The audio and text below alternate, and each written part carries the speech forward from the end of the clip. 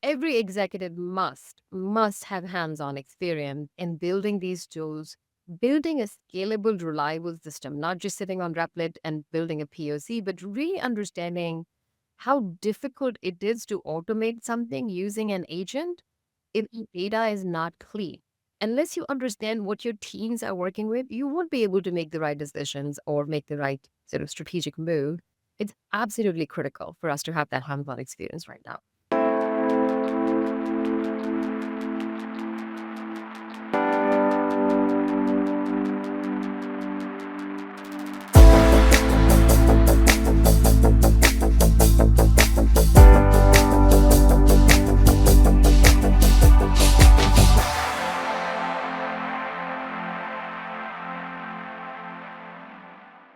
It's 7 a.m. on a Friday, and of all the things you could be doing right now, you decided I would like to speak to you. Let me start my first question. What were you thinking? You're my most favorite person in the world. So when I decided who will I wake up for Oh, that's at very kind. 5:30 in the morning on a Friday morning after doing a dinner last night, Mortified, Yusuf and only mort- Yusuf. mortified. You're very, very, very kind. Great to have you. Really appreciate you making the time for us. I think there's lots to cover, lots to kind of understand a little bit about both your career, but also kind of what you're doing now. And of course, the craziness that we see in the industry, specifically with respect to AI. So let's just start off with the very basics. You've been and built a phenomenal career, rising up through the ranks. You started in the consulting world. You then worked for software companies, a small company called Zuora, another smaller company called Splunk, where you were there for several years and actually really took the ropes on a number of major initiatives. And then, Uber, and you were there leading IT and, all that operation, a 30,000 person company across multiple countries. What was that like? Tell us a little bit about the lessons learned. Yes, I think the primary lesson learned at Uber. Well, I joined the company because I was a big proponent of Uber and I've always used the product. And it was a category defining product. And it was really exciting to be part of the company.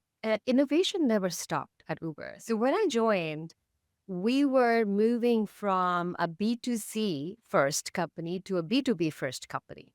And it was really amazing to see the pace of innovation and the way we did innovation at Uber because like nobody had any ego and we would decide to go do something and somehow it would magically happen, Yusuf. It was still a surprise to me, but because people are so confident, so determined that things just happen.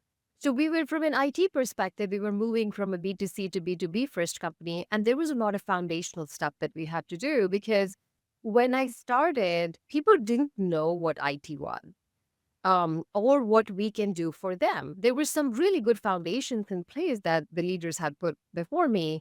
But from a business perspective, go to market functions, how to support sales, basic things were missing. And it was a tremendous opportunity for the IT organization to move from reactive to proactive and truly become that operational intelligence layer for the company. And that is something I'm really proud of because I challenged my teams quite a bit to operate completely differently, think outside the box, be product leaders and not IT managers, if you will. And they all stood up to the challenge and we were able to create this beautiful relationship with the stakeholders wherein the GMs would come to us first, going, we were trying to do this in our features. Tell us what you need on the IT side. What do we need to be ready for? So it was just really amazing to see that change when I left. And it, really makes me happy to be able to put that foundation in place. So I guess just one more question on that, which is CIOs need to kind of learn, and I talk about the fact that you need to build deep partnerships, understanding the business, getting to understand the customer experience at the very, very, very center. Of course, being a consumer app, you could have firsthand experience of that. How did you navigate, a company that's growing at the scale that it was with a lot of the executive leaders, et cetera? Like some advice that you would give to CIOs and IT leaders who are looking to try and replicate that. Product, much like sales, is a people first work or, game, if you will. For for us to develop the right understanding of our stakeholders, we have to get to know them as human beings first. we have to understand what are the constraints that they're working with, what are the challenges.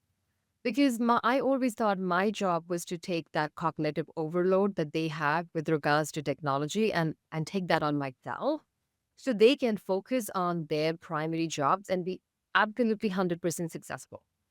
So I spent a lot of time building that relationship, building that trust. Of course, I have to show, quick wins and build technology. All that is secondary as far as I'm concerned. I need to build that trust with them so they know that I have their back 100%. And then they can ping me at 9 p.m. on Friday night and I will answer that question and I will find out the answer to the question if I don't know, but like I am there for them. So with all of my stakeholders, that's how I worked. And I would say a lot of people struggle within Uber, but people would come and tell me there's a lot of politics at Uber. I'm like, where? I don't see it. I'm able to get everything done. Whatever I decided, if I wanted new budget, even like getting headcount, which is very difficult at Uber, I was able to figure it out because people knew that I was coming at a place where I understand where the business is going and mapping what the stakeholders want, what their goals are with where the business is going and how technology will enable them. That's where I focus. And it is a lot of work, I will say. You can't do a 9 to 5. 9 to 5 was my primary job. Then I actually spend time with people, be it my team, be it my stakeholder, be it anything else, wherein you have to build this personal, deep relationship to be successful. So I would say to summarize that, product thinking, you can't have point in time solutions. You have to be thinking forward. So if your stakeholders are focusing on year one, you have to know where the technology is going 3 years from now for you to make the right decisions today. That is just table stakes. And third, build those trusted relationships and put people first is the primary thing. Fantastic. I think a lot of takeaways there, which I think people will really absorb and think about, especially in what they're looking to do, how fast the industry is moving. You've got to basically adapt. So let's move on. Now it's a new chapter for you. You're building AI AllyWorks. Let's talk a little bit about what made you think about both make that decision to start this and tell us a little bit more about what you're looking to do. Yeah. And you and I have talked about it in the past, and you've had front row seat to the health challenges and personal challenges that I've been dealing with last few years. Right. And in my mind, I'm a very determined and strong-minded person. So I wanted to do everything at the same time, taking care of a pretty big, personal health challenge, along with taking care of a pretty big responsibility work-wide. And I realized that I was prioritizing the wrong thing, which happens often when you're working on something. We tend to deprioritize life and deprioritize health. So despite the big wake-up call that I had received, I continued to deprioritize my health. And I got to a point I realized that, as an engineer, I really need to look at data and I need to do predictive analysis to understand that I'm going to go off a cliff if I do not take a step back to fix the root cause and really take the time that I need to take to build a strong foundation for health so that I can have the next 50 years of my life. So that was the decision where I stepped away from full-time job, wanted to focus on health. And as I took that time off, I realized that society is fundamentally shifting, which I learned being in the room with other C-level executives over the last few years. How rapidly it was shifting is something that I understood mid last year.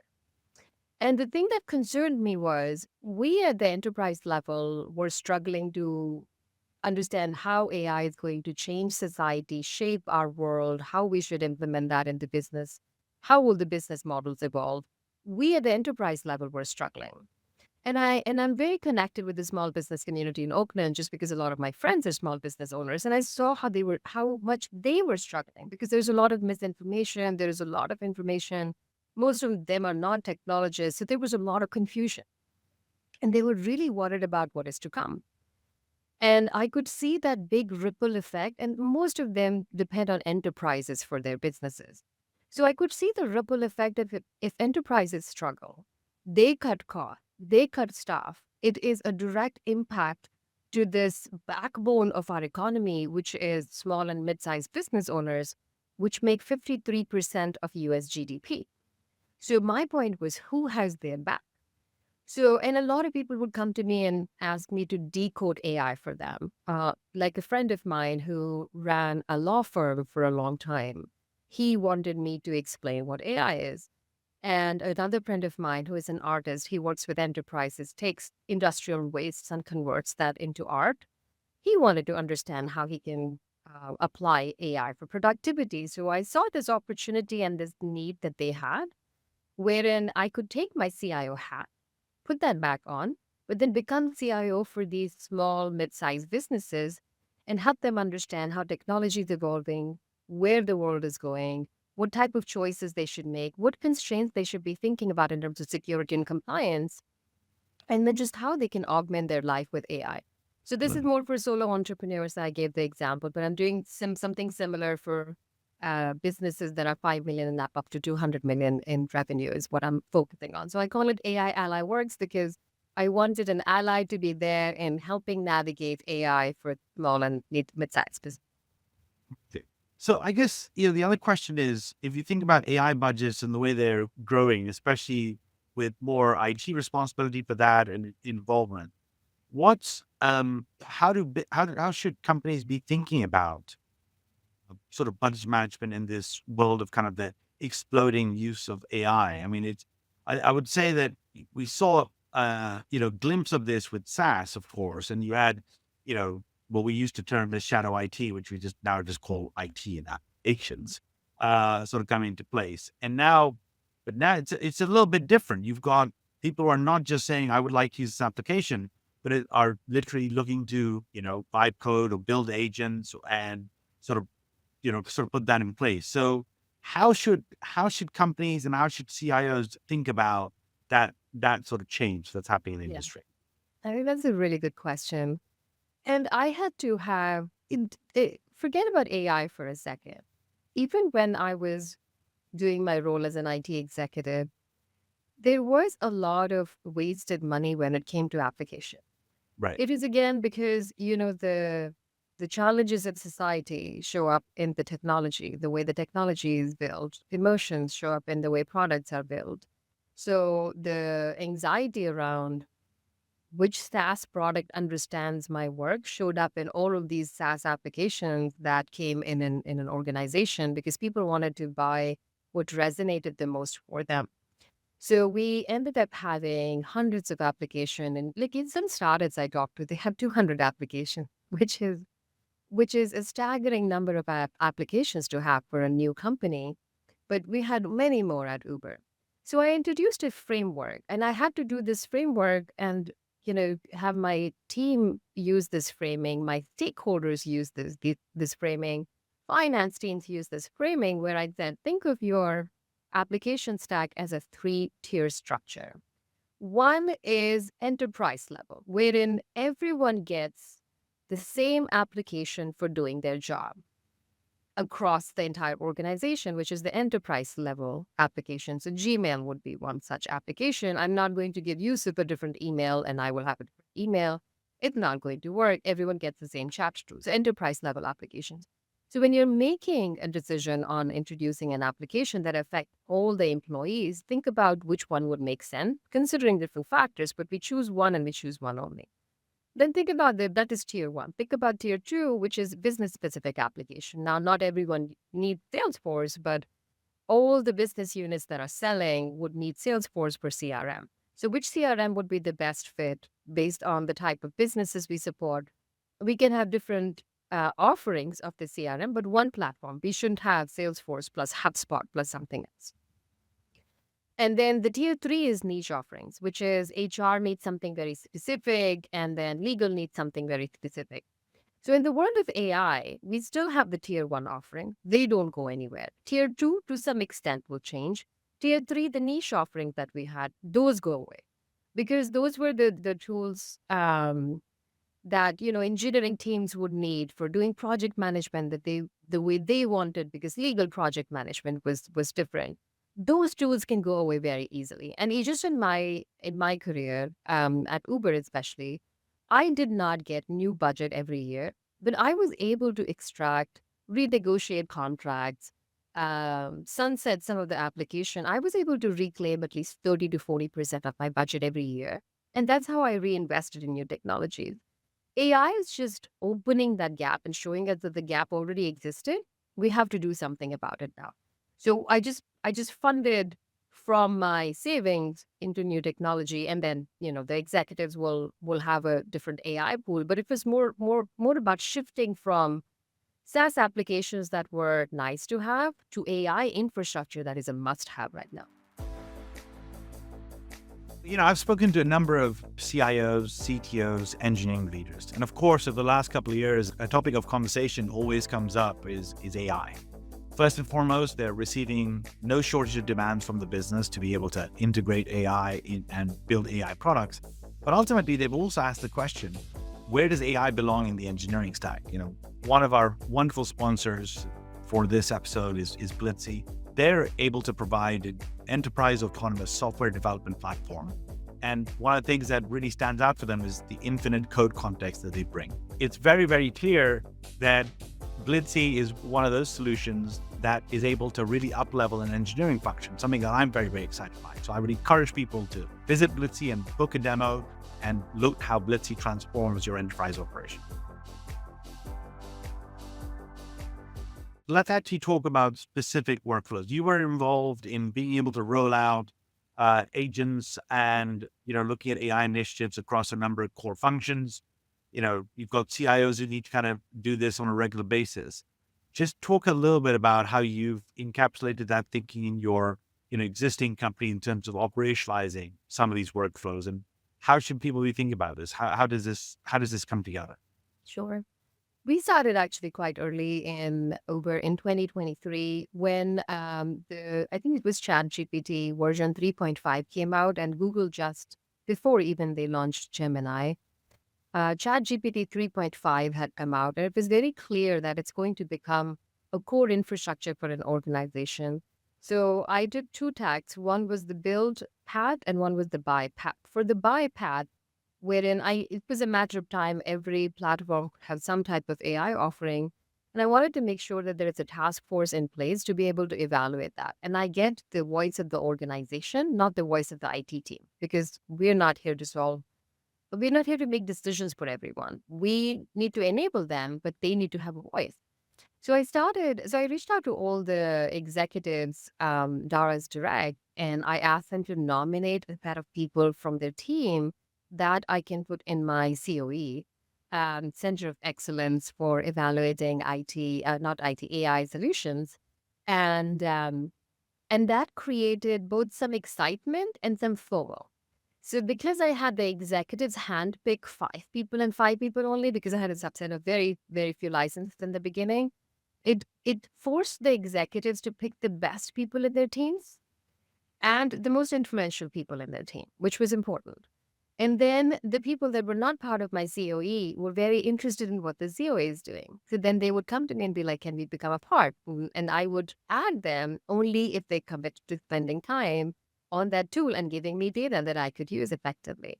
So we ended up having 250 people in the COE. And my team did a great job of managing all the minutiae.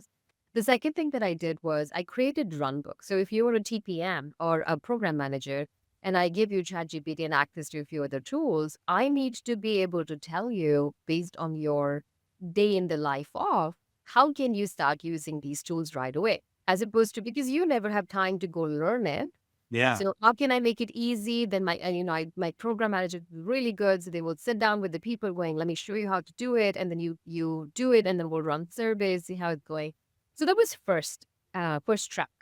And I was able to make decision on buying the tools based on the data I was receiving from this track. So that I knew if I bought something, the usage is guaranteed, more or less. And then we can only go up from there. The second track was where we had opportunities to become more productive for the organization. And my favorite use case was sales. Because so far, if I would go to a GM and I would ask them, how are you trying to, or what is your strategy to meet revenue goal? They would always say, hire more salespeople. Right. Actually, that was fascinating. I'm sure there is something else we can do. So my point was what about if we just supercharge the salespeople? And this was end of 2023. Agent force was not what it is today. We didn't have sales aid, we didn't have AI, SDR, nothing, right? We only had Gong at the time and some expectations that people had. So then my team actually built a version of Agent Force within Salesforce, and we surfaced it. And of course, there was like code in the background, but we surfaced it in Salesforce, and that was more for the outreach and pitch type use cases. And that's just one example. But what my team did was, and we took the approach of FDE, if you will, in some aspect. My team would go sit down with the salespeople. We'll watch them work. And then we will come up with an idea of where we can use AI in that entire workflow. And that, like I said, is I think that's the key thing. It's like you've got to actually understand the customer experience, whether it's internal or external. You've got to That get into a layer of depth of how that's broken down, and then see how you can basically chip away. Is that fair to say? Exactly, Yeah, exactly. yeah, And yeah. we did like all of the use case determination, and then we would prioritize them. Then the thing that I don't want to forget is ROI analysis. We built models to do ROI analysis, working with the finance team, so they will have our backs when we go and talk to the CFO and potentially ask for funding to then showcase what the ROI is going to be. That the finance team can speak to it and not the IT team. So that is another thing that I thought was successful as far as we're concerned. The sales use cases were a hit. Let's go in a few final questions to sort of go into. So one is, look, you've had a career across multiple companies, both in kind of enterprise software, of course, massive and big brands.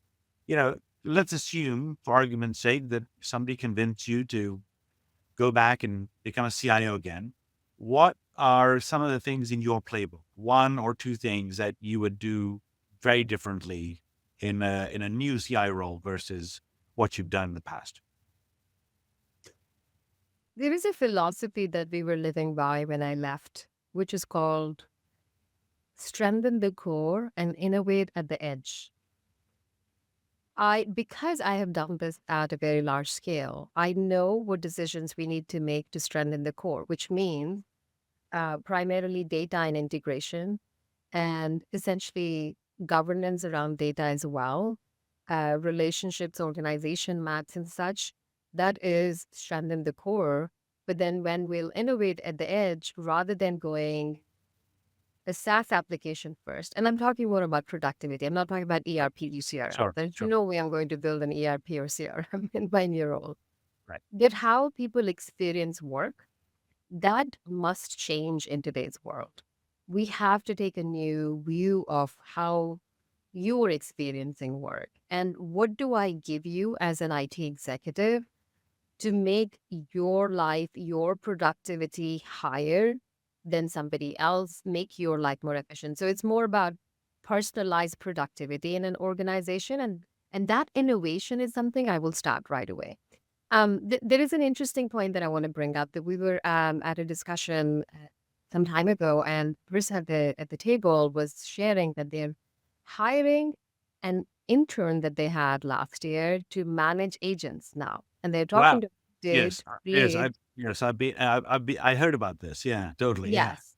So that's an interesting change, and then there are new startups that are coming up in this space. One is WayFound.ai. If you haven't heard of it, Hmm. Tatiana introduced this concept of Homo sapiens and AI sapiens. So her team is built up AI sapiens and Homo sapiens.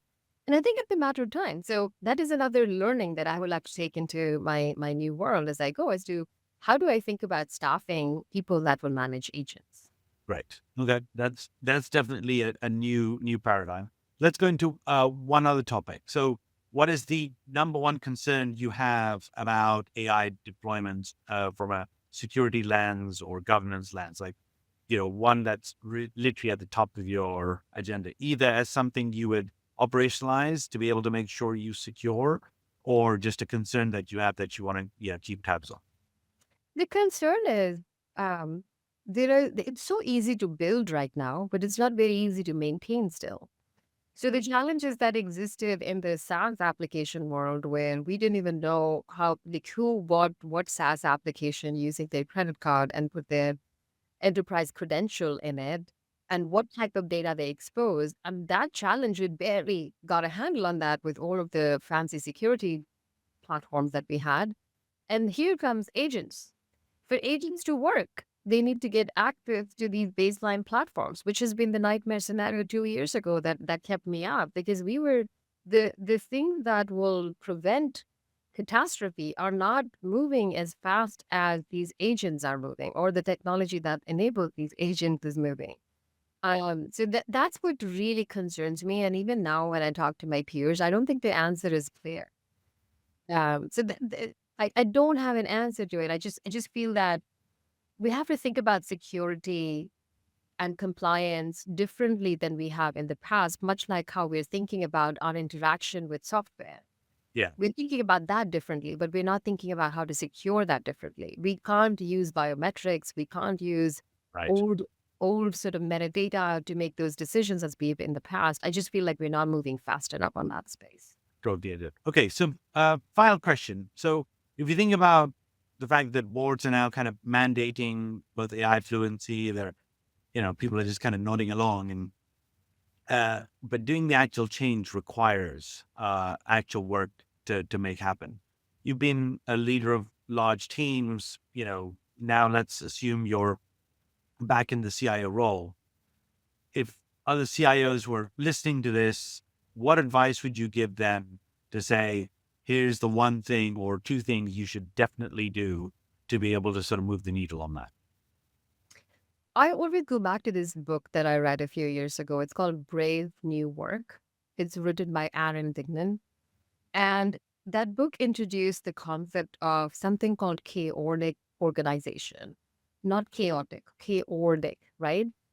Yeah. And so the primary thesis of this book was that the organization structures, the corporate organization structures, were created during the Industrial Revolution, or that era when Industrial Revolution was coming up and we were building industries.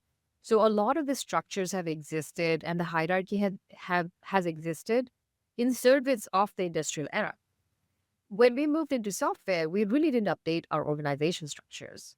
So that gap in the way work is managed, or the challenges in the way the work is managed with the hierarchies that we've created, the gap existed. And you would notice that oftentimes executives are removed from the hands-on work and what's going on in the ground. They're very good with executive functions, but they would not have the details that they need to be able to make decisions effectively. They rely on their teams, and the teams rely on the teams. That world is completely changing. So the first thing all executives, all leaders need to understand is that the organization structures as we know of, they don't exist. The skill sets as we thought of don't exist or shouldn't exist. They still exist. The world is evolving. We have to think about again what happens 3 years from now. So, and this also came up in the discussion that I was at more recently, and I've also thought about it always when I was hiring people. We have these very clear competencies, job descriptions, requirements. But we always missed asking people to have critical thinking or just think outside the box. Those were not the skills we prioritized. But those are the people that make a difference. Right. Not the people that would have, and of course you need experience, but not the people that know exactly how to configure Salesforce really, really well, but the people that can sit with the sales team and understand what needs to be done and let's figure out how to do it, Yeah. which is, engineering skill set, if you will. So engineering mindset, critical thinking, thinking outside the box. These three things have become really, really important now. So for leaders, they need to understand the organization structures have changed, the way they should hire for skills has changed, and the skills have changed because how do you accommodate for agents in your workforce going forward, and how to get rid of that hierarchy. So I would say that's one thing, because the flatter the organization, the faster it will move. The second thing that we need to be mindful of is hands-on experience. Every executive must have hands-on experience in building these tools, building a scalable, reliable system, not just sitting on Replit and building a POC, but really understanding how difficult it is to automate something using an agent if the data is not clean. And what does it mean to have clean data? Because it means different thing to different people. But unless the agent that you've built break and you have no idea what broke it, and you look at the code, you understand the chaos that it has created, unless you understand what your teams are working with, you won't be able to make the right decisions or make the right sort of strategic move. It's absolutely critical for us to have that hands-on experience right now. As you know, it's an area that I'm working very heavily on. So, because I believe that's going to be, one of the biggest issues that sort of come up in CIOs leading AI projects. So, Carl, thank you so much for being on the show. Thank you very, very much for your insights. We appreciate you doing this early morning out of your schedule. I couldn't be more prouder of this next chapter for you. And of course, you know that I and a whole bunch of other of our peers and friends are here to support you any which way we can. So thanks for making time and just really, really appreciate it. Thank you. Fantastic to be here. Thanks for listening to CIO Classified. This episode was brought to you by Blitzy. Want to accelerate software development by 500%? Meet Blitzy, the only autonomous code generation platform with infinite code context, purpose-built for large, complex, enterprise-scale codebases. While other AI coding tools provide snippets of code and struggle with context, Blitzy ingests millions of lines of code and orchestrates thousands of agents that reason for hours to map every line-level dependency. With a complete contextual understanding of your codebase, Blitzy is ready to be deployed at the beginning of every sprint. Blitzy handles the heavy lifting, delivering over 80% of the work autonomously. The platform plans, builds, and validates premium quality code at the speed of compute, turning months of engineering into a matter of days. It's a secret weapon for Fortune 500 companies globally. To hear how engineering leaders are transforming the way they deliver software, visit blitzy.com. That's blitzy.com. Schedule a meeting with their consultants to enable an AI native SDLC in your organization today.